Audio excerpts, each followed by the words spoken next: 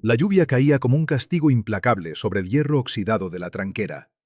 Alma se quedó allí de pie, con la ropa pesada por el lodo helado, aferrando con fuerza una maleta vieja que contenía todo lo que poseía en el mundo. Dentro del bolsillo de su abrigo raído, sus dedos congelados acariciaban los bordes irregulares de un pequeño pájaro de madera con un ala rota. Era el único recuerdo que le quedaba de su padre, un símbolo silencioso de una vida entera siendo tratada como una sobra, como algo que no servía para volar. Al otro lado del patio devorado por la maleza, las enormes puertas de madera de la hacienda en ruinas se alzaban como una fortaleza inexpugnable. Todo el valle decía que el dueño era un monstruo, un hombre cuya alma se había calcinado junto con la mitad de su propiedad años atrás. El pueblo entero la había escupido esa misma noche, dejándola a merced de la tormenta, esperando que simplemente desapareciera en el olvido. En ese instante, sintió el peso de estar sola aplastándole el pecho, robándole el aire. Pero no dio media vuelta. Empujó la pesada reja, cuyos goznes gritaron contra el viento, y caminó hacia la casa. Justo cuando iba a pisar el porche, la puerta principal se abrió con violencia. Una figura inmensa ocupó el umbral, recortada a contraluz por el resplandor anaranjado de un fogón encendido en el interior. Su rostro estaba oculto en las sombras, pero su postura era rígida, cargada de furia por la intrusión. Alma no suplicó. Levantó la barbilla, a pesar de que le temblaba la mandíbula, y ofreció la vista de sus manos callosas como única prueba de su valor. Años después, ella contaría que esperaba los gritos, que soltara a los perros, que la arrojara de vuelta al barro como lo había hecho su propia familia. El hombre miró su rostro golpeado por el viento, bajó la vista hacia el pájaro de madera que asomaba en su mano temblorosa, y luego observó la tormenta feroz a sus espaldas. No gritó. Se hizo a un lado, dejando la entrada despejada, y le ordenó con voz áspera que se secara antes de arruinarle los pisos de madera. Si alguna vez sentiste que la vida te empujó a un lugar que parecía el final absoluto, pero terminó siendo exactamente el comienzo de todo, comenta aquí abajo desde dónde estás viendo esto. Escribe tu ciudad y tu estado, porque esta historia fue hecha a medida para llegar a donde la gente de bien más la necesita. Dale like a este vídeo y suscríbete al canal para no perderte los próximos relatos. En los pueblos del campo, en otros tiempos, historias como esta se contaban entre ríos y caminos de tierra. Se compartían al calor de las brasas, cuando el atardecer dorado daba paso a la noche profunda, y los secretos de las familias antiguas salían a respirar. La vida de Alma había sido, desde su primer aliento, un largo y silencioso inventario de pérdidas. Hija de un peón que perdió la vida tratando de domar un caballo salvaje, y de una madre que no soportó la miseria y se marchó al alba sin mirar atrás, Alma quedó a merced de la caridad ajena desde que tenía memoria. Pero en los pueblos pequeños, la caridad casi siempre se cobra un precio altísimo. Fue criada por una tía seca de espíritu, en una casa donde cada plato de sopa rala se le echaba en cara y cada error infantil se castigaba con el látigo de la indiferencia. Desde niña, aprendió el triste arte de hacerse invisible. Entendió muy pronto que no tenía derecho a quejarse del cansancio, a desear zapatos nuevos para la escuela, ni a llorar cuando el frío del invierno se colaba por las rendijas de su cuarto improvisado en el granero. Su único refugio era aquel pajar con olor a paja húmeda y leche tibia, donde pasaba las madrugadas tallando trocitos de leña. Su padre, en su lecho de muerte, le había regalado aquel pequeño pájaro de madera toscamente tallado, con su ala partida. Le había dicho que incluso las criaturas más golpeadas merecían encontrar un nido. Alma guardó esa promesa en su pecho como quien esconde agua en medio del desierto. Creció trabajando sin descanso. Limpiaba los pisos de tierra apisonada, cocinaba para 10 personas, ordeñaba de madrugada bajo la sombra amenazante del monte y cargaba pesados fardos de leña hasta que le sangraban los hombros. Todo lo hacía con la esperanza silenciosa de ganarse un lugar legítimo, de que alguien, algún día, la mirara a los ojos con orgullo y le dijera que pertenecía a esa familia. Pero el afecto jamás cruzó esa puerta. Para su tía y sus primos, ella no era sangre. Era simplemente mano de obra que no cobraba sueldo, un estorbo que toleraban por pura conveniencia. Y cuando la tía falleció repentinamente de una fiebre de invierno, el frágil hilo que sostenía a Alma en esa casa se rompió para siempre. Los vecinos del pueblo, siempre dispuestos a murmurar detrás de las cortinas de encaje, decían que Alma estaba marcada por la tragedia. Nadie quería acercarse demasiado a la muchacha de mirada profunda y ropa remendada. La soledad se le pegó a la piel como el polvo persistente del camino. Pero lo que la gente del pueblo ignoraba, lo que nadie era capaz de ver bajo esa apariencia humilde y callada, era que el dolor constante no la había quebrado por dentro. La había forjado en hierro puro. En su interior, Alma resguardaba una fuerza inmensa, una paciencia infinita, esperando el día en que la vida le diera la oportunidad de empezar de nuevo. El golpe final llegó la noche de la primera gran tormenta de octubre. Su primo mayor, un hombre consumido hasta los huesos por las deudas de juego y el rencor, vendió la propiedad a escondidas. El nuevo dueño exigió la casa completamente vacía al amanecer. Sin un gramo de piedad ni miramientos, el primo empacó sus cosas de valor, se guardó los billetes en el abrigo y le anunció a Alma que ya no había techo para ella. Le dio exactamente 5 minutos para juntar sus harapos antes de empujarla violentamente hacia la calle. El sonido de la puerta cerrándose con un cerrojo pesado a sus espaldas fue un estruendo que resonó en sus sienes. Con su maleta vieja atada con un trozo de soga deshilachada, Alma caminó bajo la lluvia torrencial. El lodo espeso le llegaba a los tobillos, dificultando cada paso. Caminó por el centro del pueblo, buscando desesperadamente un refugio temporal. Golpeó la puerta de la panadera, a quien le había amasado pan gratis durante 3 duros inviernos. La mujer miró por la ventana, apagó la luz del farol y fingió no estar en casa. Golpeó en la casa del herrero, en la del boticario, incluso en las puertas de la iglesia. Todas y cada una de las puertas se mantuvieron herméticamente cerradas. El miedo al qué dirán, el desprecio arraigado por la muchacha huérfana y la mezquindad de no querer compartir un pedazo de pan fueron mucho más fuertes que cualquier rastro de compasión humana. Fue en ese momento exacto cuando comprendió la verdad más dura. No tenía nada. Nunca había tenido nada. Se detuvo en medio de la plaza vacía, con el agua helada escurriendo por su rostro, mezclándose con lágrimas de rabia pura y desamparo absoluto.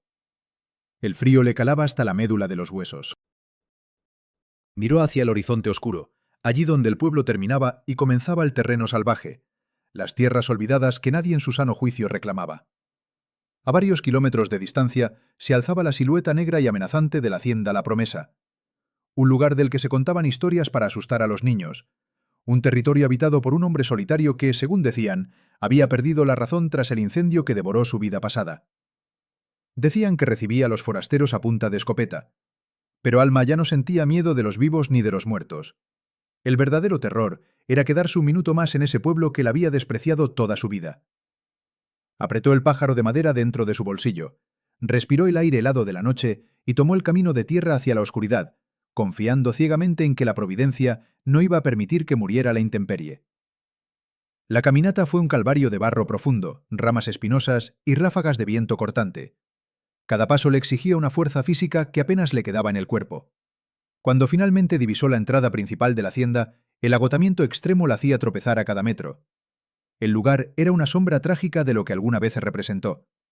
El inmenso solar estaba invadido por la maleza salvaje, los techos de las antiguas caballerizas se habían hundido por el peso de los años, y las paredes de piedra de la casa principal estaban ennegrecidas por el fuego de antaño. Había un olor profundo y nostálgico a tierra mojada, a madera vieja pudriéndose y a un abandono absoluto. Pero en medio de toda esa desolación aplastante, un fino hilo de humo blanco salía de la chimenea principal. Había vida latiendo dentro. Antes de que pudiera acercarse a los escalones irregulares de piedra del porche, un gruñido ronco y cavernoso la detuvo en seco. De entre los matorrales empapados salió un perro inmenso. Estaba viejo, cubierto de cicatrices de peleas pasadas, con una pata trasera que arrastraba pesadamente al caminar y un ojo nublado por las cataratas de la edad. El animal le mostró los colmillos, defendiendo con fiereza su territorio arruinado. Alma no retrocedió ni un milímetro. Ella sabía perfectamente lo que era estar herido, solo y a la defensiva. Con una lentitud extrema, ignorando el dolor punzante de sus rodillas, se agachó hasta quedar exactamente a la altura del animal. Extendió su mano vacía hacia adelante, dejando que el perro olfateara su miedo, su frío y su inmensa tristeza. El perro dudó. Sus gruñidos amenazantes se fueron apagando poco a poco en la lluvia. Se acercó cojeando con esfuerzo, olfateó los dedos congelados de la muchacha y, para sorpresa de ambos, apoyó su cabeza enorme y pesada contra la rodilla de Alma, soltando un suspiro largo, casi humano. En ese instante preciso, acariciando el pelaje áspero y mojado del animal, Alma sintió una paz extraña y profunda. Miró las paredes quemadas de la gran casa y sintió que ese lugar, con todas sus cicatrices y su abandono, era exactamente como ella. Un sitio rechazado por el mundo entero, pero que aún se negaba rotundamente a derrumbarse. Entendió que aquí, en medio de la nada absoluta, tal vez había tierra fértil para esas semillas que guardó la oscuridad durante tanto tiempo. Se levantó lentamente, acompañada de cerca por el viejo perro, y caminó con paso firme hacia la puerta principal. Levantó el puño y golpeó la madera gruesa. El corazón le latía con tanta fuerza que lo sentía en la garganta. Sabía que cruzar ese umbral significaba empezar de cero, entregarse por completo a lo desconocido sin red de seguridad. Pero lo que Alma aún no sabía, mientras esperaba bajo el aguacero, era que el hombre que estaba a punto de abrir esa puerta guardaba un secreto tan profundo y peligroso que terminaría poniendo a prueba no solo su incipiente valentía, sino su propia vida en las semanas venideras. El primer amanecer en la hacienda La Promesa despuntó con una luz grisácea y fría que se colaba como navajas por las rendijas de las contraventanas rotas. Alma despertó en el suelo de madera del pasillo trasero, envuelta apenas en su abrigo húmedo, con el cuerpo entumecido por la dureza de las tablas y el frío calando hasta la médula de sus huesos. A su lado, el viejo perro de cicatrices respiraba con un silbido ronco y entrecortado. El animal temblaba febrilmente, acurrucado en una bola apretada de dolor y agotamiento, negándose a abrir su único ojo sano. Su estado era un espejo exacto del alma de la muchacha en esa primera mañana, golpeada, exhausta y al borde de rendirse ante la crudeza del mundo. Pero rendirse nunca había sido un lujo que Alma pudiera permitirse. Se puso de pie con lentitud, sintiendo el crujido de sus propias articulaciones protestar en el silencio inmenso de la casa. El aire del interior olía a encierro prolongado, a polvo acumulado por años y a un rastro amargo de madera quemada que el tiempo no había logrado borrar. Caminó descalza por el corredor, guiándose por el tenue resplandor que provenía de la cocina. Allí, sentado frente a un fogón encendido que apenas irradiaba calor, estaba el dueño de la hacienda. Era un hombre de espaldas anchas, encorvado bajo el peso de una sombra invisible, con las manos entrelazadas sobre una taza de latón abollada. No giró la cabeza cuando ella entró, pero su voz, áspera como la piedra de moler, llenó el espacio de inmediato. Le dijo sin mirarla que en esa casa no existía la caridad, que no tenía dinero para pagar sueldos a nadie y que la tierra que los rodeaba exigía sangre a cambio de dar frutos. Le advirtió que si pretendía quedarse, su único pago sería un techo en el antiguo cuarto de aperos que se llovía a pedazos y la comida que sus propias manos fueran capaces de arrancar del huerto abandonado. Alma no bajó la mirada. Respondió con voz firme y serena que nunca en su vida le habían regalado nada, que sus manos callosas sabían perfectamente cómo ganarse el pan, y que el cuarto de aperos le parecía un palacio comparado con la calle de la que venía. El hombre asintió lentamente, apuró su café amargo y salió por la puerta trasera sin añadir una sola palabra, perdiéndose en la bruma de la madrugada. Ese fue el único trato. No hubo firmas, ni apretones de manos, ni promesas vacías. Solo la urgencia compartida de dos seres humanos que necesitaban empezar de cero en un lugar olvidado por Dios. La primera tarea de Alma fue enfrentar la inmensa cocina de la hacienda, un campo de batalla cubierto por una costra oscura de grasa vieja, hollín y desolación. Empezó por lo más urgente, el agua. Salió al patio trasero, donde un pozo de piedra cubierto de musgo negro aguardaba en silencio. El frío del pozo le cortó la piel cuando arrojó el cubo de madera atado a una soga raída. Tirar de la cuerda mojada le despellejó las palmas de las manos, abriendo viejas ampollas y creando otras nuevas. Pero el sonido del agua cristalina salpicando las piedras fue su primera pequeña victoria. Con el agua helada, arena del lecho del río seco y un manojo de esparto duro, Alma se arrodilló a fregar las baldosas de barro cocido. Fregó durante horas, poniendo el peso entero de su cuerpo en cada movimiento, como si con cada mancha de mugre que lograba arrancar, estuviera borrando también el rechazo del pueblo entero. Limpió los pesados calderos de hierro fundido hasta que el metal oscuro volvió a brillar bajo la luz del sol de mediodía. Despejó la chimenea bloqueada por nidos de pájaros muertos y cenizas petrificadas, tosiendo el polvo negro que se le metía en los pulmones. A lo largo de esos primeros 3 días de trabajo extenuante, el viejo perro no se separó de su lado, aunque apenas tenía fuerzas para sostenerse en pie. Se arrastraba penosamente por el suelo húmedo para echarse siempre donde la mirada de Alma pudiera alcanzarlo. Estaba enfermo, asustado y desconfiado del entorno, exactamente igual que ella cuando cruzó la tranquera. Alma compartía con él las pocas sobras de pan duro que encontraba en la alacena, masticando pacientemente los pedazos más grandes para ablandarlos antes de ofrecérselos en la palma de su mano. El roce de la lengua áspera del animal contra su piel herida fue el primer gesto de gratitud pura que recibió en años. Y esa tarde, sin que nadie lo viera, algo sutil pero definitivo cambió en la dinámica de la casa. Alma encontró un saco de harina apelmazada en el fondo de la despensa, un tarro de manteca de cerdo y sal gruesa. Con esos ingredientes pobres, encendió el gran horno de barro del patio. El fuego crepitó con fuerza, devorando la leña seca que ella misma había cortado a hachazos durante la mañana. Cuando el olor a pan caliente inundó el aire del atardecer dorado, el ambiente fúnebre de la hacienda pareció retroceder unos metros. El patrón regresó del campo al anochecer, deteniendo sus pasos en seco al aspirar el aroma. Miró la mesa de tablones gruesos de la cocina, donde un pan redondo y humeante lo esperaba junto a un plato de sopa de raíces y hierbas silvestres. No dijo gracias, pero esa noche, por primera vez en un lustro, el hombre comió hasta saciarse, y Alma notó que sus hombros habían perdido un poco de esa rigidez sepulcral. La rutina se instaló con la fuerza de una marea constante. Las madrugadas de Alma comenzaban mucho antes de que el sol asomara por detrás de los cerros. Se levantaba en su cuarto de aperos, un espacio mínimo que había barrido y aislado, tapando las grietas de las paredes con barro y paja seca. Encendía el fogón, hervía agua, preparaba el alimento para el patrón y luego se perdía en los dominios del huerto salvaje. Con un azadón mellado y la terquedad de quien no tiene otra opción, empezó a arrancar la maleza espinosa que ahogaba la tierra negra. Cada raíz arrancada era una batalla ganada. Cada gota de sudor que caía de su frente era una plegaria silenciosa pidiendo providencia. Fue al final de la segunda semana cuando la primera figura del mundo exterior cruzó los límites de la propiedad. Alma estaba en el porche delantero, remendando un saco de lona vieja con una aguja gruesa, cuando escuchó el crujido de unas ruedas de madera avanzando lentamente por el camino de tierra. El perro, que ya empezaba a sostenerse sobre sus cuatro patas, aunque aún cojeaba visiblemente, soltó un ladrido ronco y se paró frente a ella, escudándola con su cuerpo maltrecho. Un carro tirado por una mula vieja se detuvo frente a la escalinata. En el pescante iba sentado un hombre mayor, de rostro curtido por el sol y ojos astutos, que miró a Alma con una mezcla de sorpresa genuina y profunda desconfianza.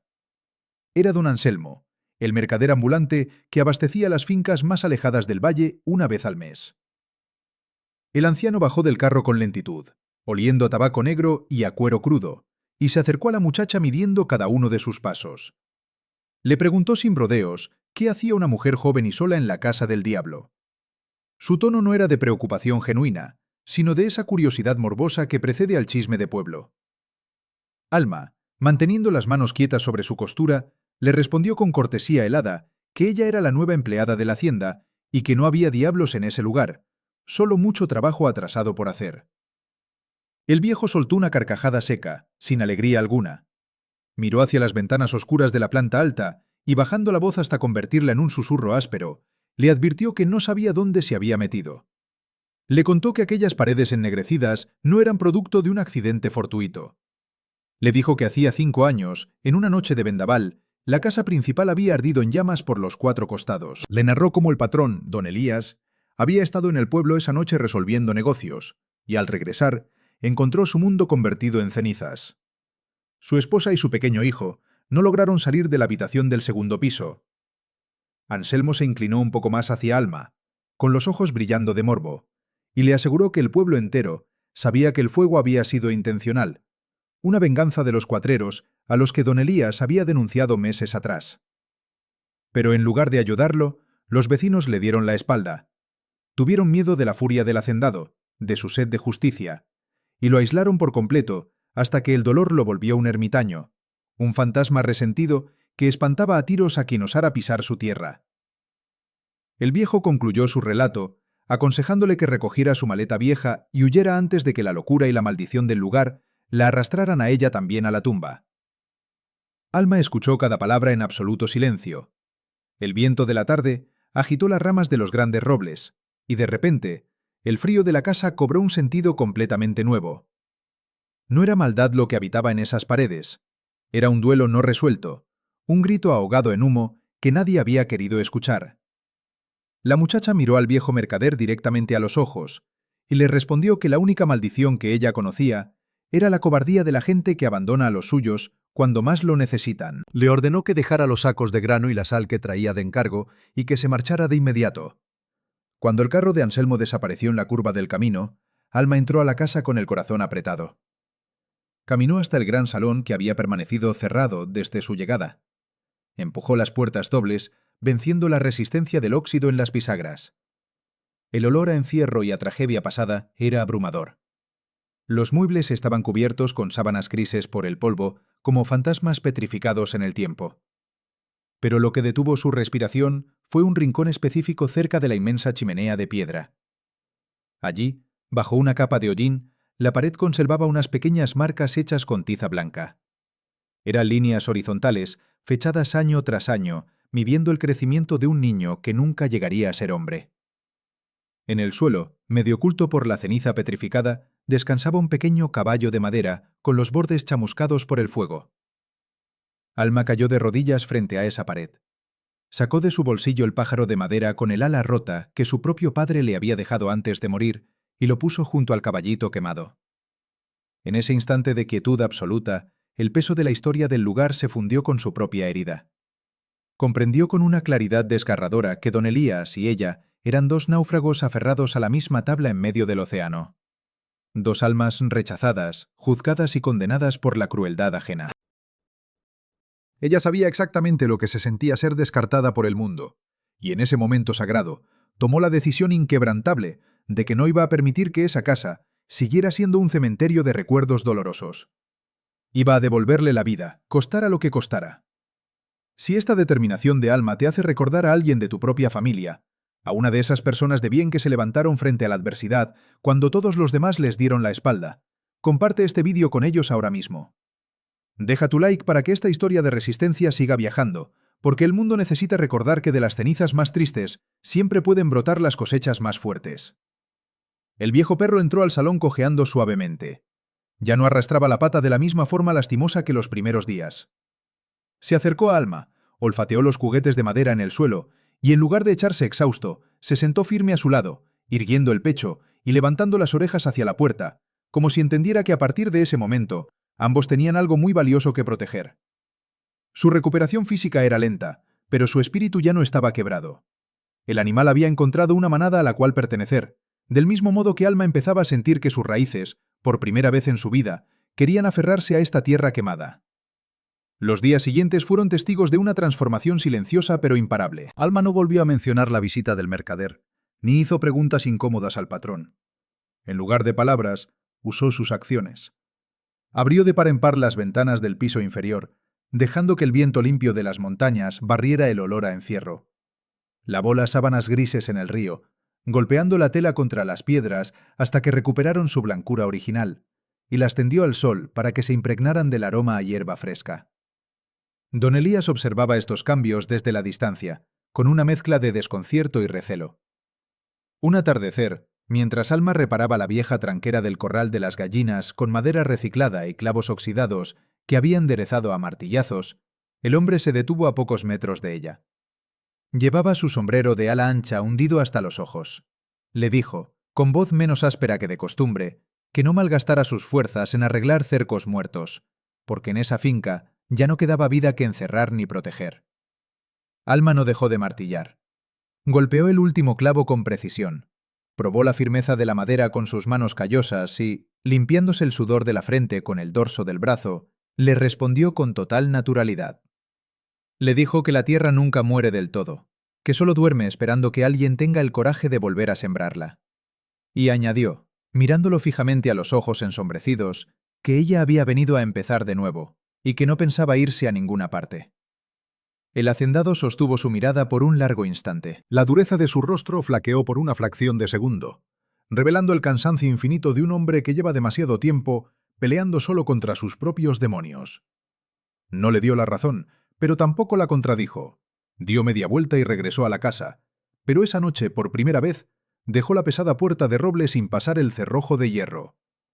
Era una concesión diminuta, un mensaje mudo de que la confianza comenzaba a echar raíces minúsculas en medio de la desolación. Pero lo que venía a continuación nadie lo había pedido, y mucho menos lo esperaban tan pronto. El pueblo no había olvidado a la muchacha huérfana, Ni la codicia de quienes la expulsaron se había saciado con su ausencia. La tranquilidad que Alma estaba construyendo con tanto esfuerzo estaba a punto de ser destrozada, y la amenaza que se cernía sobre la hacienda La Promesa ya venía en camino, marchando directamente hacia la puerta que ella acababa de abrir. El otoño avanzaba implacable, tiñendo los cerros de ocre y rojo, mientras el viento frío comenzaba a morder con fuerza por las noches. La rutina en la hacienda La Promesa se había estabilizado en un compás de trabajo silencioso. El huerto, tras semanas de recibir los cuidados constantes y las manos callosas de Alma, empezaba a mostrar sus primeros brotes verdes y tímidos, rompiendo la costra negra de la tierra quemada. El viejo perro ya no cojeaba. Su pelaje había perdido el aspecto opaco y enfermo. Y ahora seguía a la muchacha por toda la finca con un trote seguro, alerta a cada sonido del monte. Fue en una de esas mañanas frías, cuando el rocío aún escarchaba la hierba, que el aliado apareció. No llegó anunciándose a gritos ni cabalgando con prisa. Apareció caminando lentamente por el sendero trasero que bordeaba el arroyo seco, un camino que nadie había usado en años. Era un hombre joven, de unos 30 años, vestido con ropas de trabajo gastadas pero limpias. Llevaba al hombro una caja de herramientas de madera pesada, y en su rostro curtido se dibujaba una expresión de serenidad profunda, casi melancólica. Alma estaba en el patio trasero, intentando reparar la rueda dentada del viejo molino de agua que abastecía el abrevadero. Sus manos estaban negras de grasa vieja y la frustración le tensaba los hombros. El forastero se detuvo a un par de metros de distancia. El perro levantó la cabeza, olfateó el aire y, en lugar de ladrar o mostrar los colmillos, volvió a echarse plácidamente sobre sus patas delanteras, aceptando la presencia del recién llegado. El hombre no dijo buenos días, ni hizo preguntas innecesarias. Simplemente bajó su caja de herramientas, se arremangó la camisa de franela a cuadros, sacó una llave inglesa de hierro macizo y se colocó junto a Alma. Sin mediar palabra, bloqueó el eje principal del molino con su hombro, mientras le indicaba a la muchacha con un movimiento de barbilla que ajustara la tuerca rebelde. Trabajaron en silencio durante casi una hora. El único sonido era el chirrido del metal oxidado cediendo poco a poco, la respiración acompasada de ambos y el silbido del viento entre los robles. Cuando el mecanismo finalmente giró con un crujido sordo y el agua empezó a bombearse hacia la pileta de piedra, el hombre dio un paso atrás, secándose la frente con el dorso de la mano. Recién entonces habló. Su voz era grave y pausada. Se presentó como Mateo, el herrero del valle vecino. Le explicó que don Elías, en sus años de prosperidad, había sido el único hombre que le dio crédito para abrir su fragua cuando él llegó al territorio sin un centavo. Dijo que venía una vez al mes a revisar las estructuras de metal de la hacienda, aunque el patrón rara vez salía a recibirlo. Mateo no preguntó por qué Alma estaba allí. No la miró con lástima ni con el morbo chismoso del viejo Anselmo. Miró sus manos engrasadas, el huerto desmalezado a lo lejos y la leña cortada y apilada con precisión geométrica junto a la casa. Asintió lentamente, como quien reconoce a un igual. Antes de marcharse, sacó de su bolsillo un frasco pequeño de cristal que contenía un ungüento espeso de color verde amarillento, con un fuerte olor a romero y cera de abejas. Lo dejó sobre el borde del pozo y le dijo, sin mirarla a los ojos, que esa pomada curaba las grietas de la piel causadas por el frío y la soga húmeda, que su propia madre solía prepararla antes de que la fiebre se la llevara hace 10 inviernos. Esa fue la primera vez que la herida de Mateo se asomó a la luz. No fue una confesión dramática, sino un hecho entregado con la misma naturalidad con la que se entrega una herramienta. Alma tomó el frasco, sintiendo el peso de ese gesto minúsculo pero inmenso. Le dio las gracias en voz baja. Mateo recogió su caja, se acomodó el sombrero y prometió volver antes de la primera nevada para reforzar los goznes del granero. Los días que siguieron a la visita de Mateo trajeron una sensación de esperanza frágil a la hacienda. Alma sentía que por primera vez en su vida no estaba remando completamente sola contra la corriente. El ungüento de romero alivió el escozor de sus manos, permitiéndole trabajar con más rapidez. Don Elías, aunque seguía envuelto en su silencio de piedra, empezó a dejar pequeñas cantidades de dinero sobre la mesa de la cocina junto a listas de provisiones necesarias. Era su forma muda de delegar en ella la supervivencia de la casa. Pero la paz en el campo es a menudo solo el silencio que precede a la tormenta. La amenaza tomó forma un martes por la tarde, cuando el sol empezaba a caer y el aire se volvía cortante. Alma estaba en el corral, recogiendo los últimos huevos de la semana, cuando el sonido de varios caballos acercándose a trote rápido rompió la quietud del valle. No era el paso pausado de un visitante amigable. Era el galope pesado y arrogante de quienes se creen dueños de la tierra que pisan. El perro se erizó por completo, soltando un gruñido profundo que le vibraba en el pecho, y se plantó frente a la tranquera principal, mostrando todos los dientes. Alma salió del corral limpiándose las manos en el delantal. 4 jinetes se detuvieron frente a la casa, levantando una nube de polvo espeso. A la cabeza del grupo iba un hombre corpulento, de rostro enrojecido por el alcohol y la prepotencia, montado en un caballo alazán magnífico. Era don Fausto, el prestamista del pueblo, el mismo hombre que había comprado la casa de la tía de Alma y la había expulsado a la calle aquella noche de tormenta. El terror frío que Alma había sentido semanas atrás amenazó con paralizarle las piernas. El recuerdo de la lluvia helada, el desprecio y la humillación volvieron de golpe. Pero apretó las mandíbulas, sintiendo la dureza de sus manos callosas, y se obligó a mantenerse firme. Ya no era la muchacha asustada que mendigaba un techo. Ahora estaba en su terreno. Fausto no se dignó a desmontar. Miró a Alma desde las alturas de su montura, con una sonrisa torcida que dejaba ver un diente de oro. Le habló con un tono condescendiente, cargado de burla. Le dijo que le sorprendía verla viva, que en el pueblo apostaban a que los lobos se la habían comido la primera noche. Luego, sin esperar respuesta, le ordenó que llamara al loco de su patrón, porque tenían negocios urgentes que tratar. Alma no retrocedió. Con la voz firme y la mirada clavada en los ojos del prestamista, le respondió que don Elías no recibía visitas sin previo aviso, y mucho menos a personas que no sabían bajarse del caballo para hablar con educación. Uno de los jinetes que acompañaba a Fausto hizo el ademán de sacar la fusta, pero el prestamista levantó una mano enguantada para detenerlo. Soltó una carcajada áspera. Le dijo a Alma que su insolencia le iba a costar muy caro. Sacó de su alforja un fajo de papeles doblados y los agitó en el aire. Eran pagarés. Fausto anunció a viva voz, asegurándose de que sus palabras resonaran en toda la hacienda, que don Elías había dejado de pagar los impuestos de las tierras del sur hacía 3 años. Explicó que el Banco del Condado, presionado por él mismo, había emitido una orden de embargo. Tenían exactamente 30 días para saldar la deuda completa en efectivo, o él personalmente vendría con el alguacil a confiscar la propiedad entera, incluyendo los animales, las herramientas y hasta el último clavo de la casa quemada. Fausto se inclinó sobre la silla de montar, escupiendo un chorro de tabaco negro a escasos centímetros de las botas de Alma, y le advirtió que fuera empacando su maleta vieja otra vez. Le aseguró que, cuando él tomara posesión del lugar, mandaría a demoler la casa principal para sembrar forraje, y que ella volvería a mendigar en las calles de tierra del pueblo, donde pertenecía. Si alguna vez has tenido que plantarle cara a alguien que intentó humillarte usando su posición o su dinero, si sabes lo que cuesta mantener la dignidad intacta cuando el miedo te muerde por dentro, deja tu like y comparte esta historia ahora mismo. La gente de bien necesita ver que el coraje no se mide por el tamaño de la billetera, sino por la firmeza del carácter. Alma sintió que el suelo se abría bajo sus pies, pero no permitió que ni un solo músculo de su rostro delatara su angustia. Levantó la barbilla, miró el fajo de papeles y luego miró al hombre. Le respondió, con una calma que le quemaba la garganta, que 30 días eran tiempo suficiente para que un hombre de honor pagara sus deudas, y que mientras ese plazo no se cumpliera, él estaba invadiendo propiedad privada. Le exigió que diera la vuelta a su caballo y abandonara la hacienda de inmediato.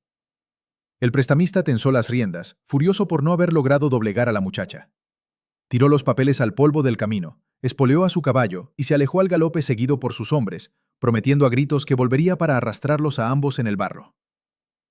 Alma se quedó sola en el centro del patio, viendo cómo la nube de polvo se disipaba lentamente. Recogió los papeles del suelo con manos temblorosas. El perro se acercó y le lamió el dorso de la mano, ofreciendo su consuelo mudo. La muchacha sabía que Fausto no mentía. El prestamista llevaba años devorando las fincas pequeñas del valle, aprovechándose de las tragedias ajenas para expandir sus dominios. La hacienda La Promesa era la joya que le faltaba a su corona, y el aislamiento de don Elías se la había servido en bandeja de plata. Esa noche, la cena en la cocina fue más silenciosa que de costumbre. Alma sirvió un estofado espeso de papas y carne seca. Don Elías comía con la mirada perdida en las llamas del fogón encendido. Alma puso los papeles del banco sobre la mesa de madera, junto al plato del patrón. No dijo nada. Esperó. El hombre miró los documentos. Su rostro, iluminado por el resplandor naranja del fuego, pareció envejecer 10 años de golpe. No los leyó. Ya sabía perfectamente lo que decían. Con un movimiento lento y pesado, apartó su plato a medio terminar. Exhaló un suspiro que sonó como el crujido de una rama seca a punto de romperse. Le dijo a Alma, sin levantar la vista, que el prestamista tenía razón. Confesó que, tras el incendio, había abandonado todo trámite legal, dejando que el mundo exterior siguiera su curso mientras él se pudría en su propio dolor. Admitió que no tenía el efectivo necesario para cubrir la deuda acumulada y que las tierras del sur, aquellas que Fausto codiciaba, eran la única fuente de agua limpia que abastecía la finca durante la sequía del verano. Perderlas significaba la muerte definitiva de la propiedad. Alma sintió un nudo frío en el estómago, pero se negó a aceptar la derrota. Le preguntó con urgencia qué podían vender, qué animales podían llevar a la feria del condado, qué madera del monte podían tarar para conseguir el dinero. El patrón negó con la cabeza lentamente. Respondió que los pocos animales que quedaban apenas valían unas monedas, y que la madera del monte requería meses de trabajo y permisos que Fausto, con sus contactos en el municipio, bloquearía de inmediato. Don Elías se levantó de la mesa, arrastrando los pies como un condenado. Se detuvo en el umbral de la puerta y con voz quebrada, le dijo a Alma la frase que más temía escuchar. Le aconsejó que recogiera sus cosas y buscara trabajo en otro valle antes de que el invierno cerrara los caminos. Le dijo que no había salvación posible para ese lugar, ni para él. La desesperación amenazó con asfixiar a Alma en la soledad de su cuarto de aperos. El fantasma del abandono volvía a rondarla, esta vez disfrazado de legalidad y papeles sellados.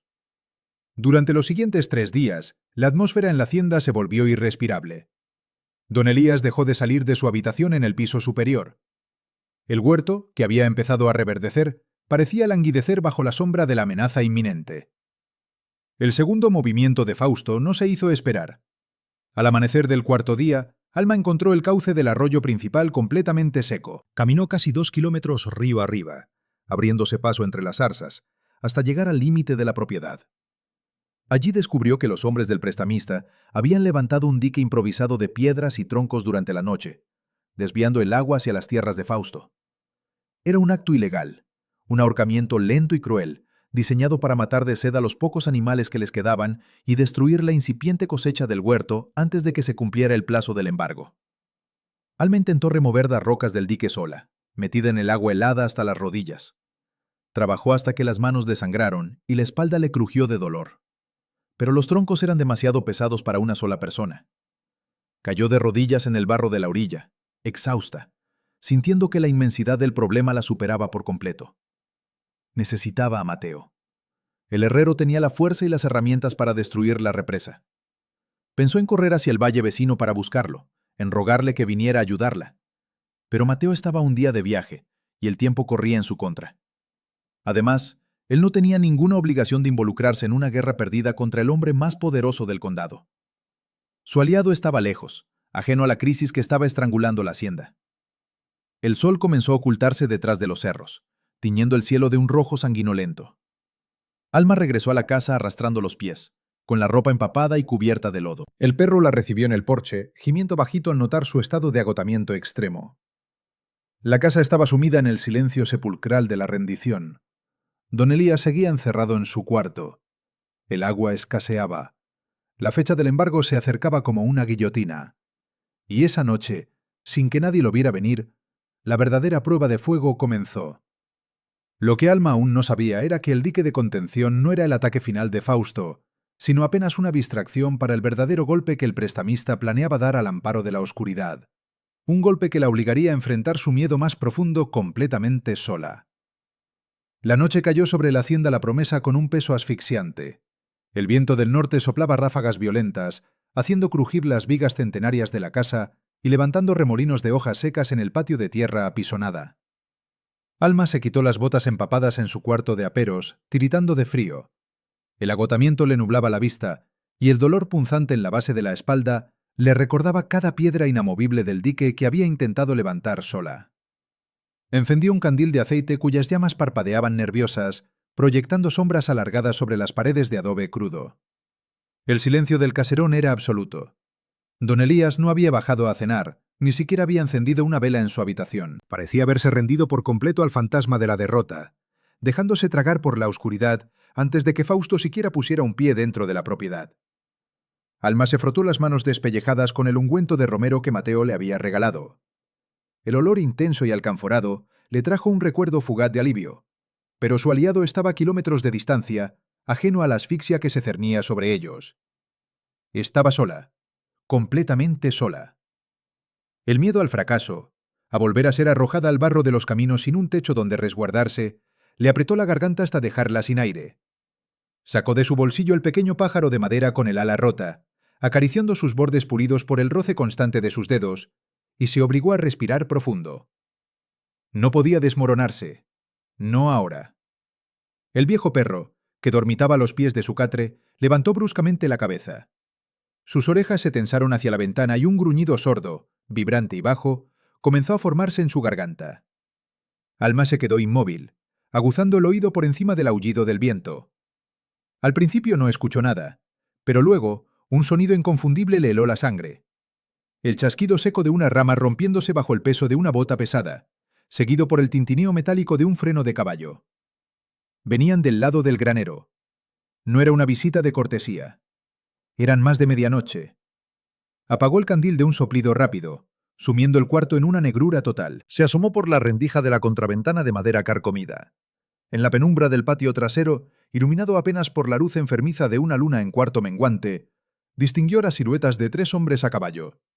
Se movían con cautela, desmontando en silencio junto a la estructura de madera vieja del granero principal, donde se guardaba el poco forraje que quedaba, las herramientas de labranza y las semillas que Alma había logrado rescatar para la próxima siembra. Uno de los hombres encendió un fósforo, protegiendo la llama con las manos ahuecadas, y prendió un farol sordo. A la luz mortecina, Alma reconoció de inmediato la chaqueta de cuero grueso de uno de los matones de Fausto, el mismo que había intentado sacar la fusta días atrás. Llevaban latas de queroseno en las manos. El plan del prestamista era de una crueldad milimetrada. No le bastaba con cortarles el agua. Quería quemar el granero para asegurarse de que don Elías no tuviera absolutamente nada de valor que vender o empeñar antes de la fecha del embargo. Quería quebrarles el espíritu, obligarlos a huir despavoridos antes del amanecer, dejándole la propiedad libre de ocupantes. El terror paralizó a Alma por una fracción de segundo. El recuerdo del incendio que había devorado a la familia de don Elías años atrás flotaba en el ambiente como una maldición a punto de repetirse. El instinto más básico le gritaba que corriera a esconderse, que huyera por la puerta delantera hacia el monte, y dejara que los hombres de Fausto hicieran su trabajo. Era solo una empleada, no era su tierra, no era su deuda. Podía tomar su maleta vieja y desaparecer en la noche. Pero entonces miró al perro, que ahora estaba de pie, con el lomo erizado y los colmillos al descubierto, dispuesto a defender su hogar hasta el último aliento. Miró sus propias manos callosas, las mismas que habían limpiado la costra de mugre de la cocina, las mismas que habían sembrado el huerto con esperanza terca. Entendió que si permitía que el fuego consumiera el granero, también dejaría que consumiera la poca dignidad que había logrado reconstruir.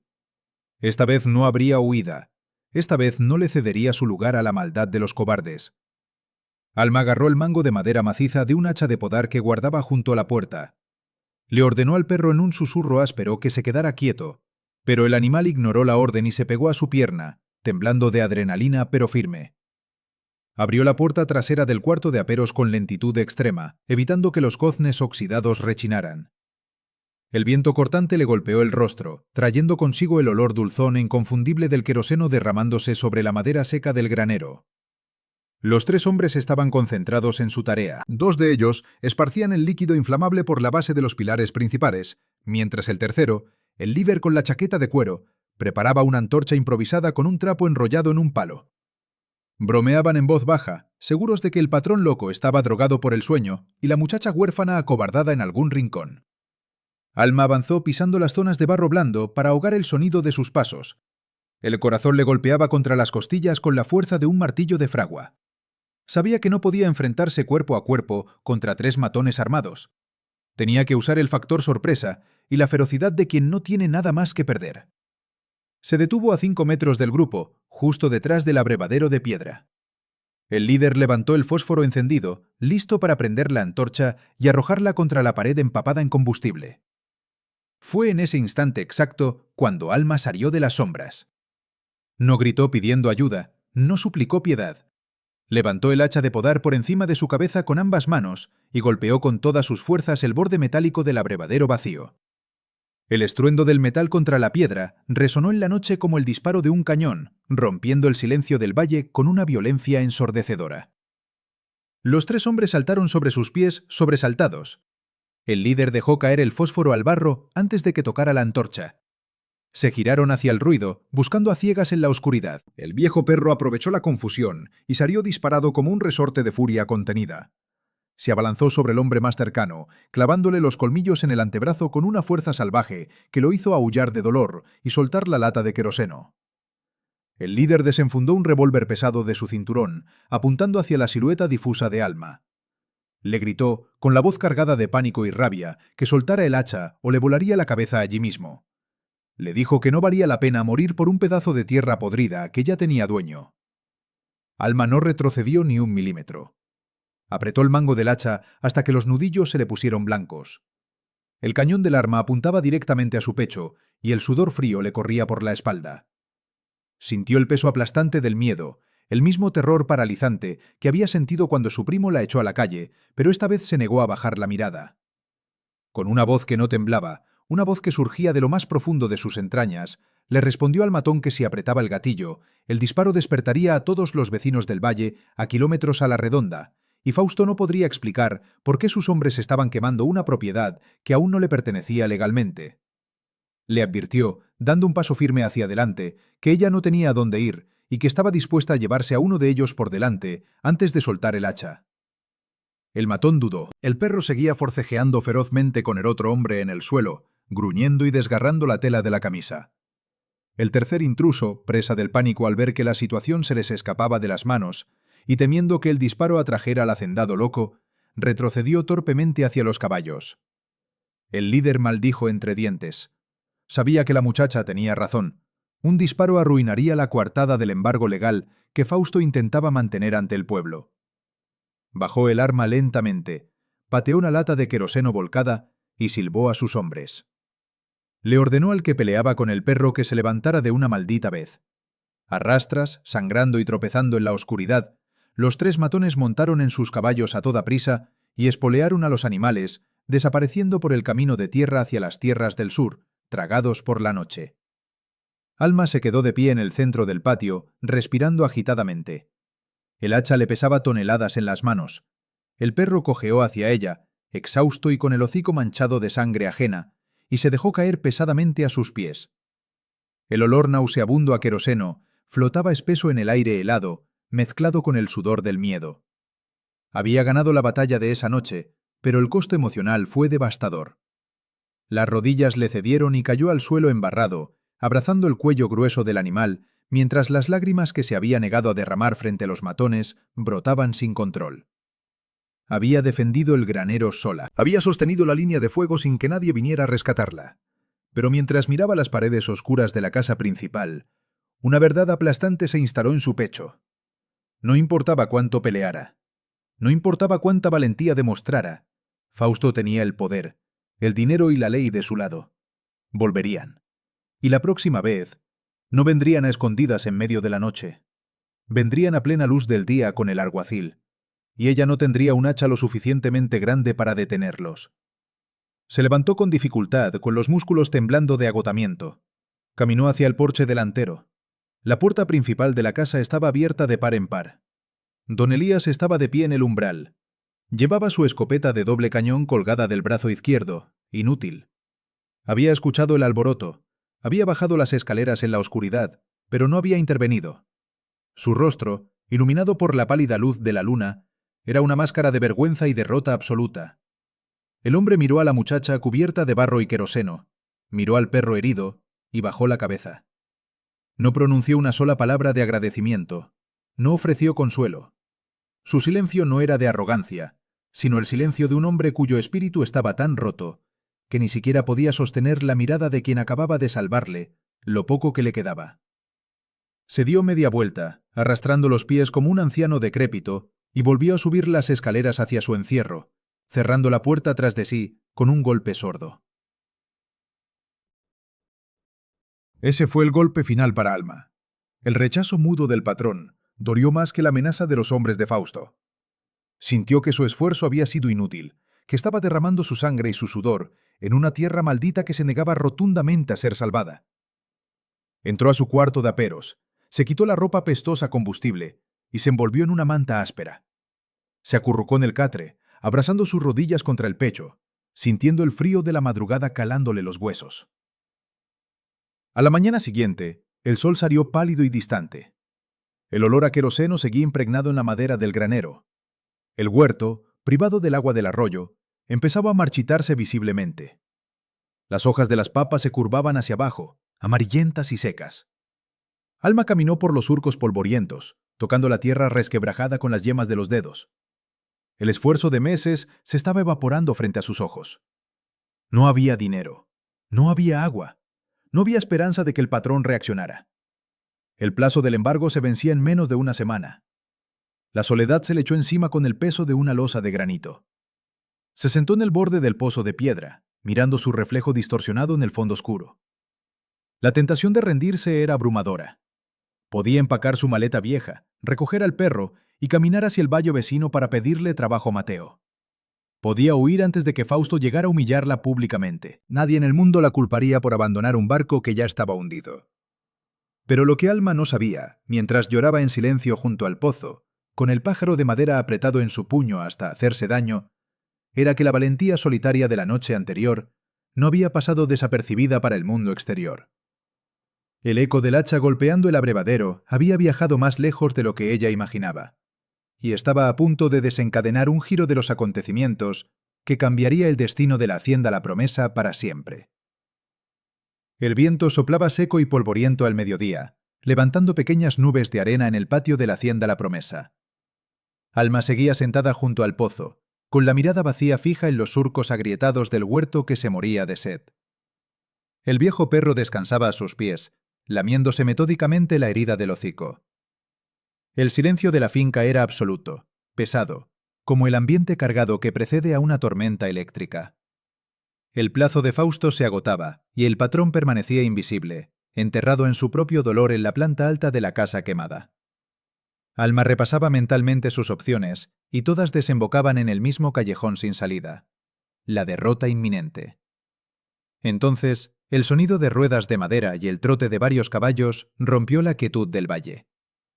Alma levantó la cabeza de golpe. El corazón le dio un vuelco. Creyó que era Fausto, adelantando su llegada para saborear la victoria, o el alguacil del condado, viniendo a ejecutar la orden de desalojo. Se puso de pie lentamente, alisándose la falda manchada de tierra y barro de la noche anterior, preparándose para el golpe final. Apretó el pájaro de madera en su bolsillo, buscando el valor que sentía escurrirse entre sus dedos. Pero no era el prestamista quien apareció por la curva del camino de tierra. Era un carromato pesado, cargado hasta los topes con barriles de madera, tirado por dos robustos caballos percherones. Detrás del carro cabalgaban 3 hombres a caballo. Al frente del grupo iba Mateo. El herrero no vestía su habitual delantal de cuero, llevaba una camisa limpia de tela gruesa y el rostro endurecido por una determinación inquebrantable. A su lado cabalgaba don Anselmo, el viejo mercader, y un par de granjeros del valle vecino que Alma reconoció vagamente de sus años de servidumbre en el pueblo. Mateo detuvo el carromato frente a la escalinata de piedra del porche. Saltó ágilmente al suelo y caminó hacia Alma. Olía a sudor de caballo, a polvo del camino y a hierro forjado. No hubo saludos formales. El herrero la miró a los ojos, notando la palidez de su rostro, el rastro de humo en su ropa y la herida reciente en el hocico del perro. Suspiró profundamente, como quien confirma un temor oscuro. Le dijo, con voz firme pero cargada de una calidez áspera, que las noticias viajan rápido en el campo cuando uno sabe escuchar. Le explicó que, de madrugada, uno de los peones de Fausto había llegado a la herrería buscando que le curaran una mordedura de perro salvaje en el antebrazo. El peón estaba borracho de dolor y miedo, y balbuceó la historia completa. Como la muchacha huérfana de la hacienda La Promesa se había enfrentado sola a 3 hombres armados, empuñando un hacha de podar en medio de la noche, dispuesta a morir antes que dejar arder el granero de un patrón que ni siquiera salió a defenderla. Mateo se acercó un paso más, acortando la distancia entre ellos. Le dijo que, durante años, todos en el valle habían mirado hacia otro lado mientras Fausto devoraba las tierras de los más débiles y don Elías se consumía en su locura. pero la historia de la noche anterior había sido la chispa en la hierba seca. Que una mujer sola, a la que el pueblo entero había despreciado, tuviera el coraje de defender lo que era justo frente a los matones del prestamista, había avergonzado a los hombres de bien del condado entero. El herrero señaló el carromato con un gesto rudo de la mano. Explicó que los barriles estaban llenos de agua limpia del pozo comunal del valle vecino, suficiente para salvar la siembra del huerto. Luego, don Anselmo, el viejo mercader que antes se había burlado de ella, bajó torpemente de su mula. Se quitó el sombrero arrugado y, con evidente incomodidad, sacó de su abrigo una bolsa de cuero abultada. La arrojó sobre la mesa de madera del porche con un golpe sordo. Tintinearon monedas de plata y billetes arrugados. Anselmo habló con voz rasposa, evitando mirar directamente a Alma. Dijo que era una colecta, que los granjeros, los artesanos y hasta la panadera que le había negado refugio en la tormenta habían aportado lo que podían. Sabían de la orden de embargo, sabían del dique ilegal en el arroyo y sabían que Fausto pretendía robarse la tierra. El viejo carraspeó, incómodo con la emoción que le apretaba la garganta, y murmuró que el pueblo le debía una disculpa a la muchacha, y que esa bolsa de dinero era la forma de pagar la deuda de don Elías y devolverle la dignidad a la gente del valle. Alma miró la bolsa de cuero, los barriles de agua y los rostros curtidos de esos hombres. Una oleada de emoción pura, abrumadora e inesperada le subió por el pecho. Durante toda su vida había creído que el mundo era un lugar hostil, un campo de batalla donde solo sobrevivían los más crueles. Pero allí estaba la prueba irrefutable de que el coraje sincero tiene el poder de despertar la bondad dormida en los demás. Sus manos callosas temblaron, y por primera vez en semanas sintió que podía respirar hondo, llenando sus pulmones de aire limpio y esperanza. El giro era merecido. No era un milagro caído del cielo. Era la cosecha directa de la semilla de valentía que ella había sembrado sola en la oscuridad. Pero la batalla aún no había terminado. Mientras los hombres de Mateo descargaban los barriles y comenzaban a regar el huerto moribundo, el sonido inconfundible del caballo alazán de Fausto resonó en el camino de entrada. El prestamista llegó acompañado por el alguacil del condado y dos de sus matones, los mismos de la noche anterior. Fausto traía una sonrisa de triunfo arrogante clavada en el rostro, convencido de que encontraría la hacienda abandonada o a sus ocupantes suplicando clemencia de rodillas. Al ver el carromato de Mateo y a los vecinos trabajando en el huerto, la sonrisa de Fausto se congeló. Detuvo su caballo bruscamente, levantando polvo, y miró a la multitud con furia contenida. El alguacil, un hombre mayor de aspecto cansado y uniforme raído, se bajó del caballo con pesadez, sosteniendo la orden de embargo en la mano. Fausto no perdió el tiempo. Alzó la voz, exigiendo saber qué hacían todos esos entrometidos en su propiedad. Declaró que el plazo se vencía ese mismo día al mediodía y que venía a tomar posesión legal de la hacienda La Promesa y de las tierras del sur. Exigió que el patrón loco bajara de su escondite y le entregara las llaves o mandaría a sus hombres a echar abajo la puerta. Alma no esperó a que nadie hablara por ella. Caminó hacia adelante, interponiéndose entre el grupo de vecinos y los caballos del prestamista.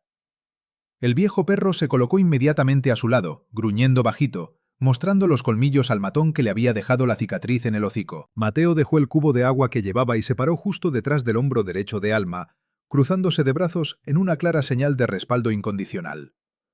Con paso firme, Alma caminó hasta la mesa del porche, tomó la bolsa abultada de cuero y regresó hasta quedar a 1 metro del caballo de Fausto.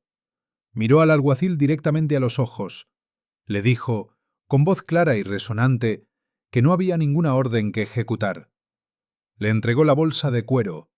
Le pidió que contara el dinero allí mismo, frente a todos los testigos presentes, y que certificara que la deuda de impuestos de don Elías estaba saldada hasta el último centavo. El alguacil abrió la bolsa, miró el contenido y asintió lentamente, sorprendido. Miró a Fausto, encogiéndose de hombros, y le informó en tono burocrático que la deuda estaba cubierta. El embargo quedaba sin efecto. El rostro de Fausto se enrojeció de ira. Apretó las riendas de su caballo hasta que los nudillos se le pusieron blancos. Miró a Alma con un odio visceral, incapaz de asimilar que una muchacha andrajosa, una huérfana sin apellido, lo hubiera humillado frente a todo el valle.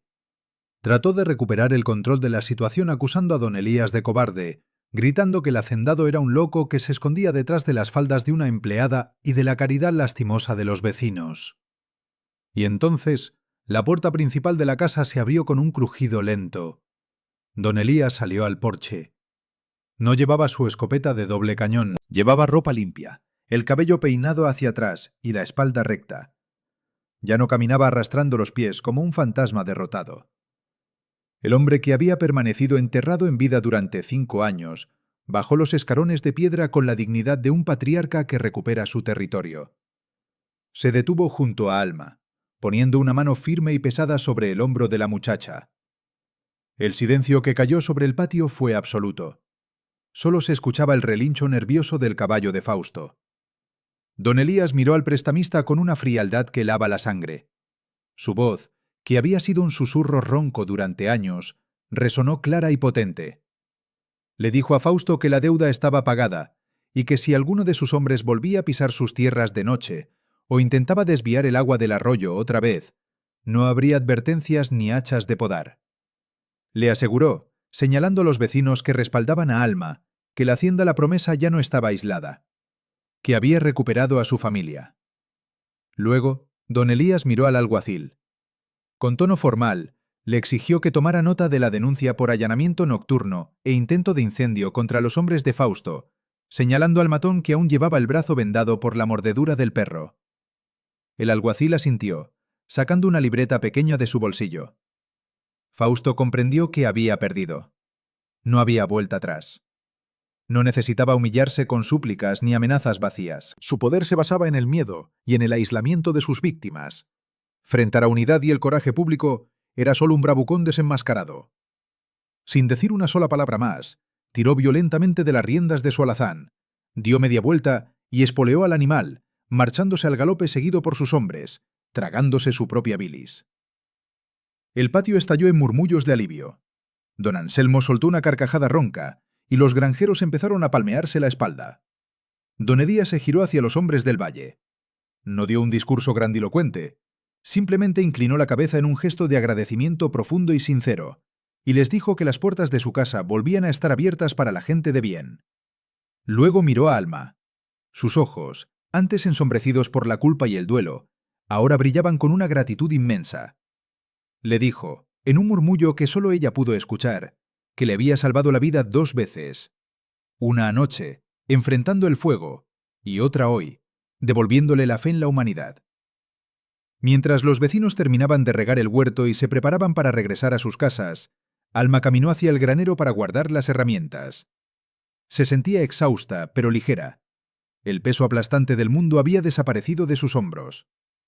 Al entrar en la penumbra del granero, oliendo aún el rastro tenue del queroseno que no llegó a arder, encontró a Mateo revisando los goznes de la puerta principal. El herrero cerró su caja de herramientas de madera. Se acercó a ella en silencio. No hubo declaraciones grandiosas, ni promesas exageradas de protección eterna. En el campo, el amor y el respeto rara vez se expresan con palabras de novela, se forjan en acciones concretas y en presencias constantes. Mateo sacó de su bolsillo un pequeño trozo de lija fina y un frasquito de aceite de linaza. Tomó suavemente la mano derecha de Alma, la mano callosa, manchada de tierra y costras, y le pidió que le mostrara el pájaro de madera que llevaba en el bolsillo. Alma, sorprendida, sacó la figura tosca con el ala rota. Mateo la tomó con cuidado reverencial. Se sentó en un fardo de heno y con una paciencia infinita comenzó a lijar las astillas del ala rota, suavizando los bordes ásperos hasta dejarlos pulidos al tacto. Luego aplicó unas gotas del aceite de linaza, frotando la madera hasta que el pequeño pájaro adquirió un brillo cálido y dorado. Se lo devolvió, cerrando los dedos de ella sobre la figura, y le dijo, mirándola a los ojos con una ternura ruda, que las cosas rotas no siempre necesitan ser reemplazadas, a veces solo necesitan que alguien las pula con paciencia para que vuelvan a ser hermosas. Le prometió que volvería el domingo para ayudarla a reconstruir el cerco de las gallinas. Alma asintió, con la garganta apretada por una emoción dulce. No dijo nada, porque no hacía falta. El gesto lo era todo. El miedo a estar sola en el mundo se disolvió en el olor a madera aceitada y hierro forjado. Por primera vez en su vida, sintió que el nido que su padre le había prometido en su lecho de muerte estaba empezando a tomar forma real, no en un lugar físico, sino en los lazos inquebrantables que acababa de forjar con sus propias manos. Y esa tarde, mientras el sol caía tiñendo de naranja los campos salvados, la hacienda La Promesa comenzó a escribir el primer capítulo de su verdadera historia. Lo que vendría en los meses siguientes sería el testimonio vivo de que la tierra, al igual que el corazón humano, siempre está dispuesta a florecer de nuevo si se le entrega el cuidado adecuado y la valentía necesaria para defenderla. Los meses que siguieron al día del embargo frustrado trajeron a la hacienda La Promesa un renacer que nadie en el valle habría creído posible antes de la primera nevada. El invierno llegó con su manto blanco y helado, cubriendo los cerros y congelando el barro de los caminos, pero dentro de los muros de piedra de la casa principal, el frío había dejado de ser un enemigo mortal. Ya no era el encierro lúgubre de dos almas en pena, sino el refugio cálido de una familia elegida que se había forjado en el yunque de la adversidad. Alma dejó de dormir en el cuarto de aperos. Don Elías, en un acto solemne y silencioso, abrió la puerta de una de las habitaciones de la planta baja que había permanecido clausurada desde el incendio. Le entregó una llave de hierro forjado pesada y fría, y le dijo, sin mirarla directamente a los ojos, pero con una voz firme y clara, que esa era su casa ahora. Que una mujer que había estado dispuesta a dar la vida por un granero ajeno no merecía dormir en un catre de paja húmeda. La habitación olía a lavanda seca y a madera encerada. Tenía una cama amplia con mantas gruesas de lana de oveja, un armario de roble oscuro y una ventana que miraba directamente hacia el huerto y los corrales. Alma pasó su primera noche allí escuchando el silbido del viento contra los cristales limpios, sintiendo por primera vez en sus 22 años de vida que tenía un lugar seguro en el mundo, un espacio donde nadie iba a entrar a empujarla a la calle de madrugada. El viejo perro, cuyo pelaje había recuperado un brillo espeso y saludable, dormía plácidamente sobre una alfombra trenzada a los pies de la cama, roncando bajito, libre al fin del miedo a los golpes repentinos. La rutina de trabajo no disminuyó, pero su naturaleza cambió radicalmente. Ya no era la labor desesperada de quien intenta achicar el agua de un barco que se hunde, sino el esfuerzo vigoroso de quien construye cimientos sólidos para el futuro. Con la ayuda constante de Mateo, que venía todos los domingos sin falta, las estructuras de la hacienda recuperaron su fuerza. El herrero reforzó las vigas del granero, cambió los goznes oxidados de todas las puertas y construyó un sistema de poleas nuevo para el pozo principal. Sus manos, manchadas permanentemente de hollín y grasa, se movían con una precisión amorosa sobre cada tablón y cada pieza de metal. Entre él y Alma se tejió un lenguaje de silencios compartidos, de miradas cómplices sobre una taza de café humeante al amanecer y de hombros rozándose accidentalmente mientras reparaban el gallinero. No había promesas floridas ni declaraciones grandilocuentes, solo la certeza tranquila de que, si uno tropezaba, el otro estaría allí para sostenerlo antes de que tocara el suelo. El detalle concreto que marcó el antes y el después de la hacienda llegó con el deshielo de la primavera. El arroyo, liberado del dique ilegal de Fausto, volvió a correr con fuerza cristalina, llenando las piletas de piedra y empapando la tierra negra del huerto. Fue en la primera semana de octubre cuando Alma y Don Elías cargaron el carromato de Mateo, no con deudas ni tristezas, sino con los frutos de su trabajo incansable. Llevaban sacos abultados de papas frescas, cajones de madera rebosantes de tomates de piel tersa y brillante, y canastas tejidas a mano llenas de huevos grandes de cáscara marrón. El olor a tierra húmeda, a hojas verdes de albahaca y a romero recién cortado, impregnaba el aire alrededor del carro. El viaje al mercado del pueblo fue un triunfo silencioso. Cuando el carromato se detuvo en la plaza principal, frente a la iglesia cuyas puertas se le habían cerrado a Alma meses atrás, el bullicio de los compradores se apagó por un instante. La gente de bien del valle, los mismos que habían aportado a la colecta de don Anselmo, se acercaron con sonrisas francas y palmadas en la espalda para don Elías. Compraron toda la cosecha en menos de 2 horas. Alma pesaba las verduras y devolvía el cambio con sus manos callosas, ahora curadas y fuertes. No había resentimiento en su mirada cuando atendió a la panadera o al boticario. Había comprendido que el miedo endurece los corazones, pero el coraje ajeno tiene el poder de ablandarlos. La primera moneda de plata que don Elías le puso en la palma de la mano al final del día, su primer sueldo real y legítimo ganado con el sudor de su frente, brillaba bajo el sol de mediodía como un trofeo incalculable. Era la prueba tangible de que no era una sobra del mundo, sino una mujer capaz de arrancar vida de las cenizas más tristes. El momento de la verdad para el antagonista ocurrió esa misma tarde, cuando el sol empezaba a declinar y el carromato vacío se preparaba para emprender el regreso a la hacienda. Fausto salió de la cantina del pueblo con el rostro enrojecido por el alcohol y el orgullo herido. Su figura, antes imponente e intimidante, parecía haberse encogido dentro de su abrigo caro. Los negocios del prestamista habían comenzado a resquebrajarse desde el día del embargo fallido. La valentía de Alma había roto el hechizo de terror que Fausto mantenía sobre los pequeños granjeros. Varios vecinos, inspirados por el ejemplo de la Hacienda La Promesa, se habían agrupado para renegociar sus deudas en bloque, negándose a ceder sus tierras bajo amenazas. El alguacil, presionado por la opinión pública del condado, había iniciado una investigación formal sobre los desvíos de agua ilegales y las tácticas de extorsión del usurero. Fausto se detuvo a pocos metros del carromato. Miró los sacos vacíos, miró a don Elías que conversaba animadamente con Mateo, y finalmente clavó sus ojos inyectados en sangre en Alma. La muchacha estaba limpiando el mostrador improvisado de madera, con el viejo perro sentado pacíficamente a su lado. El prestamista no gritó, no intentó humillarla. El veneno de su prepotencia se había diluido en la bilis de su propio fracaso. Se acercó arrastrando los pies, exhalando un fuerte olor a licor barato y a tabaco rancio. Se detuvo frente a ella, y con una voz ronca que apenas era un susurro áspero, le dijo que había ganado. Reconoció, con una amargura que le torcía la boca, que ella tenía más agallas que todos los hombres del valle juntos. Murmuró que el Banco del Condado le había cortado el crédito esa misma mañana, debido a las denuncias del alguacil, y que pronto tendría que vender sus propios caballos para pagar los juicios que se le venían encima. Alma no sonrió. No se regodeó en la caída de su enemigo. Lo miró con la serenidad de quien entiende que el mal, tarde o temprano, termina devorándose a sí mismo. Apretó el pequeño pájaro de madera en el bolsillo de su delantal, sintiendo la suavidad de los bordes que Mateo había lijado con tanto amor. Le respondió a Fausto, con voz firme pero desprovista de odio, que ella no había peleado para ganarle a él, sino para no perderse a sí misma. Le aconsejó, con una calma gélida, que usara el poco tiempo que le quedaba en el pueblo para aprender a trabajar la tierra con sus propias manos, porque el dinero robado nunca compra el respeto de nadie. Fausto bajó la mirada, incapaz de sostener la dignidad aplastante de la muchacha.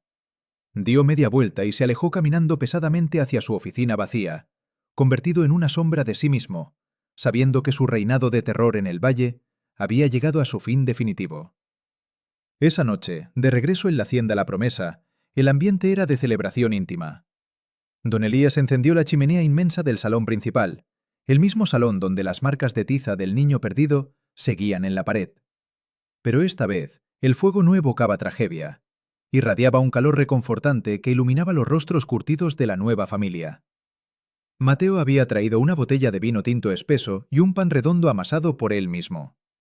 Alma sirvió un guiso de cordero humeante, cuyo aroma a romero, ajo y carne asada llenó cada rincón de la casa curada. Brindaron en silencio, chocando los vasos de vidrio grueso bajo la luz parpadeante de las llamas. Don Elías levantó su copa, miró las marcas de tiza en la pared y luego miró a Alma y a Mateo.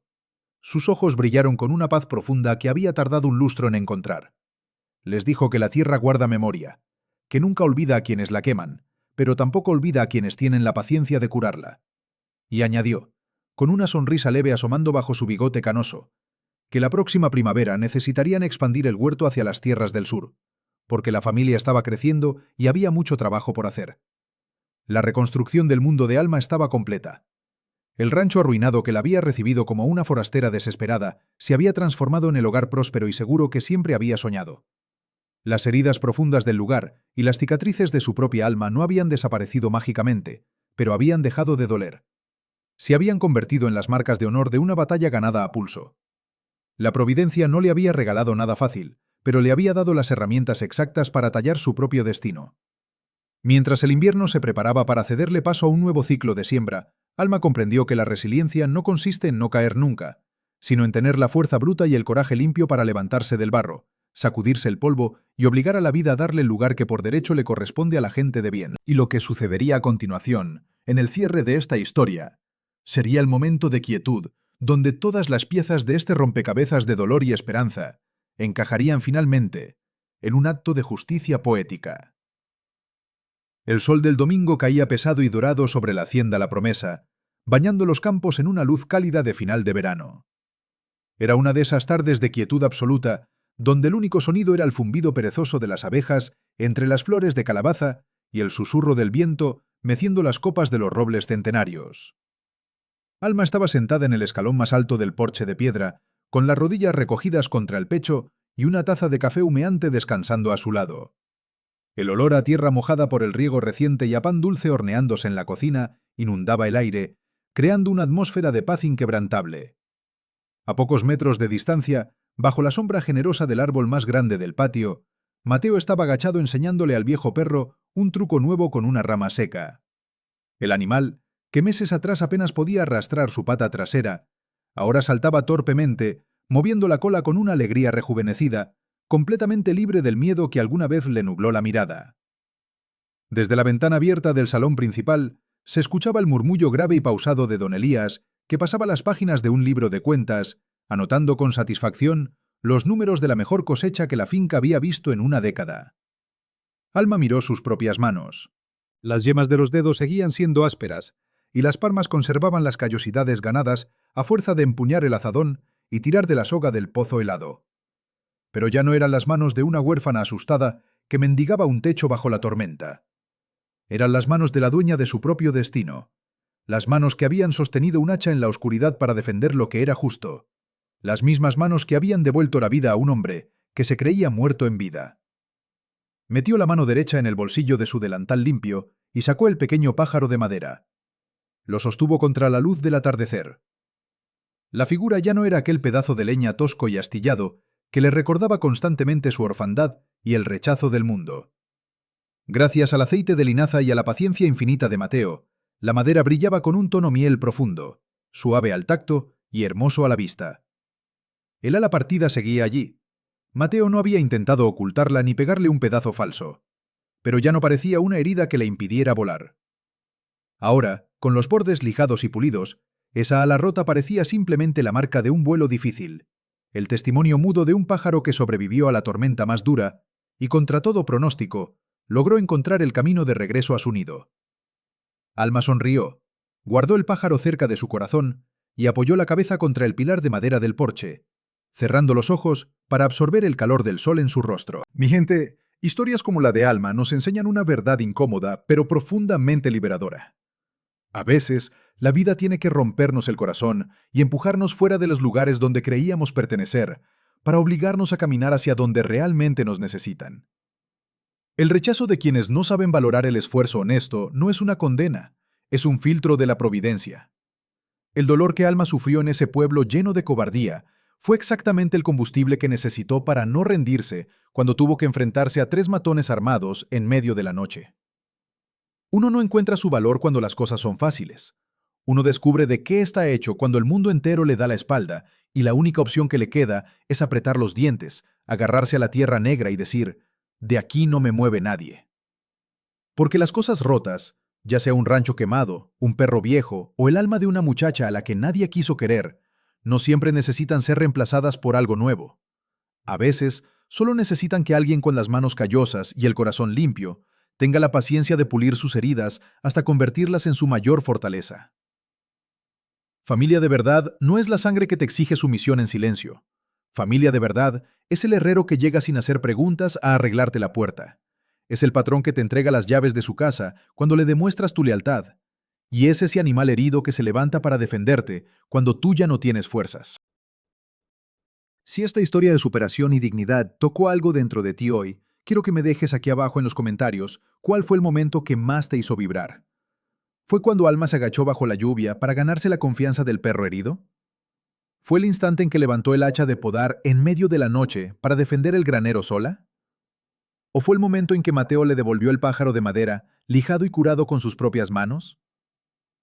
Escribe tu momento favorito y desde qué ciudad del mundo nos estás escuchando, porque saber hasta dónde llegan estas historias es lo que nos da fuerzas para seguir contándolas. No olvides compartir este relato con esa persona de tu familia o de tu círculo de amigos que, como Alma, Ha tenido que empezar de cero 1000 veces y sigue de pie, trabajando honradamente. Deja tu like, suscríbete al canal si aún no lo has hecho, y recuerda siempre, no importa qué tan oscura sea la noche, ni qué tan fuerte sople el viento, el trabajo honesto y la fe inquebrantable siempre terminan abriendo las puertas que los cobardes intentaron cerrar. Nos vemos en el próximo Camino de Tierra.